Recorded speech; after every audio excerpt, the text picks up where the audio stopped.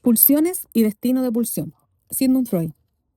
Este tema fue publicado por primera vez en el año 1915 en la Revista Internacional de Psicoanálisis, con el fin de poder aclarar una de las nociones más confusas del psicoanálisis. Freud se propone contextualizar lo más rigurosamente posible a qué hace referencia el término de pulsión. Desde el abordaje fisiológico, Freud realiza una distinción entre estímulo y pulsión. El estímulo proviene del mundo exterior y se constituye en una fuerza momentánea que opera de un solo golpe, y que para lo cual es necesario que el ser vivo realice una acción de huida que sustraiga la parte del cuerpo estimulada de la influencia del estímulo, como cuando nos quemamos, agarrando algo caliente y tenemos el acto de reflejo de arrojarlo y apartar la mano del mismo. En contraposición, la pulsión proviene del interior del propio organismo y se desarrolla como una fuerza constante que se presenta como una necesidad y que solo se logra cancelar a través de su satisfacción. Esta satisfacción puede alcanzarse únicamente mediante la modificación apropiada a la meta de la fuente interior, del estímulo. Por ejemplo, cuando sentimos hambre, logramos satisfacer esa necesidad a través de la incorporación de alimento. A partir de esta distinción entre estímulo y pulsión, es que Freud detallará las tres características principales de una pulsión. 1. Es un estímulo que proviene del interior del propio organismo. 2. Se emerge como una fuerza constante. Y 3. Es incapaz de satisfacerse a través de acciones de huida. Por otro lado, desde el abordaje biológico, Freud dará la distinción más emblemática de la pulsión. Y dice, nos parece como un concepto fronterizo entre lo anímico y lo somático, como un representante psíquico de los estímulos que provienen del interior del cuerpo y alcanzan el alma, como una medida de exigencia de trabajo que es impuesta a lo anímico a consecuencia de una trabación con lo corporal. Y ahí comienza a detallar cuáles son los elementos que componen a la pulsión.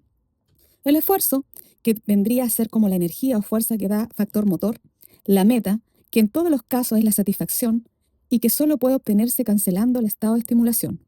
Aunque Freud nos alerta que a través de la experiencia clínica nos enseña que hay pulsiones de meta inhibida. Estas avanzaron un trecho en el sentido de la satisfacción pulsional, pero después experimentaron una inhibición o una desviación.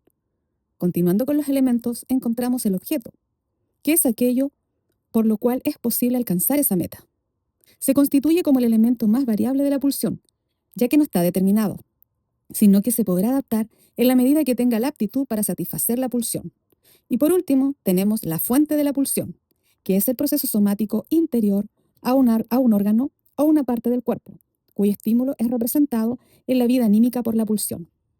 El sistema nervioso es un aparato al que le está deparada la función de librarse de los estímulos que le llegan, de rebajarlos a nivel mínimo posible. Dicho de otro modo, es un aparato que, en lo posible, querría conservarse exento de todo estímulo.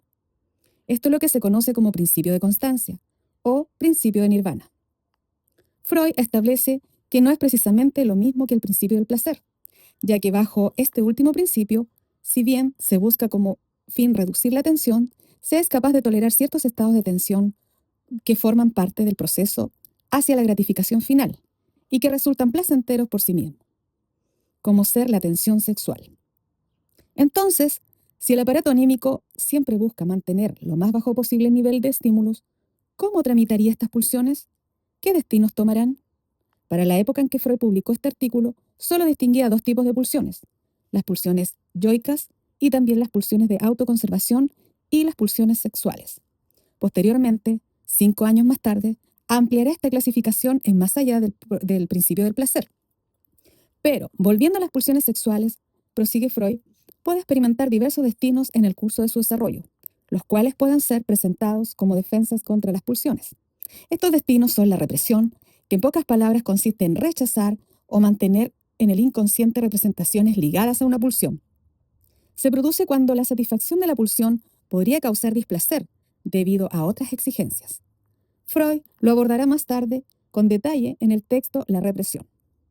Luego encontramos como otro destino la sublimación, que consiste en desviar la pulsión hacia fines no sexuales, en particular mediante actividades socialmente valoradas como lo son el arte y el desarrollo científico.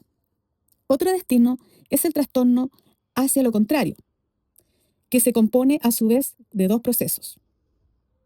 Trastorno en cuanto a la meta, es decir, la vuelta de una pulsión de la actividad a la pasividad, por ejemplo, del sadismo al masoquismo o del voyerismo al exhibicionismo, es decir, de la meta activa de martirizar en el sadismo o en el mirar en el voyeurismo, a la meta pasiva de ser martirizado en el masoquismo o ser mirado en el exhibicionismo. Y un trastorno en cuanto al contenido, como segundo proceso, visible únicamente en la mudanza del amor al odio. Finalmente encontramos el destino de la vuelta hacia la propia persona, que de nuevo se hace visible en el ejemplo del masoquismo, que es el sadismo vuelto hacia el propio yo. Así como la exhibición conlleva mirarse al propio cuerpo, en este caso la meta se mantiene inalterable, pero lo que se trastorna es la vida del objeto. La vida anímica, nos dice Freud, está gobernada por tres polaridades u opuestos: el yo contra el mundo exterior, el no yo, el placer contra el displacer, y lo activo contra lo pasivo.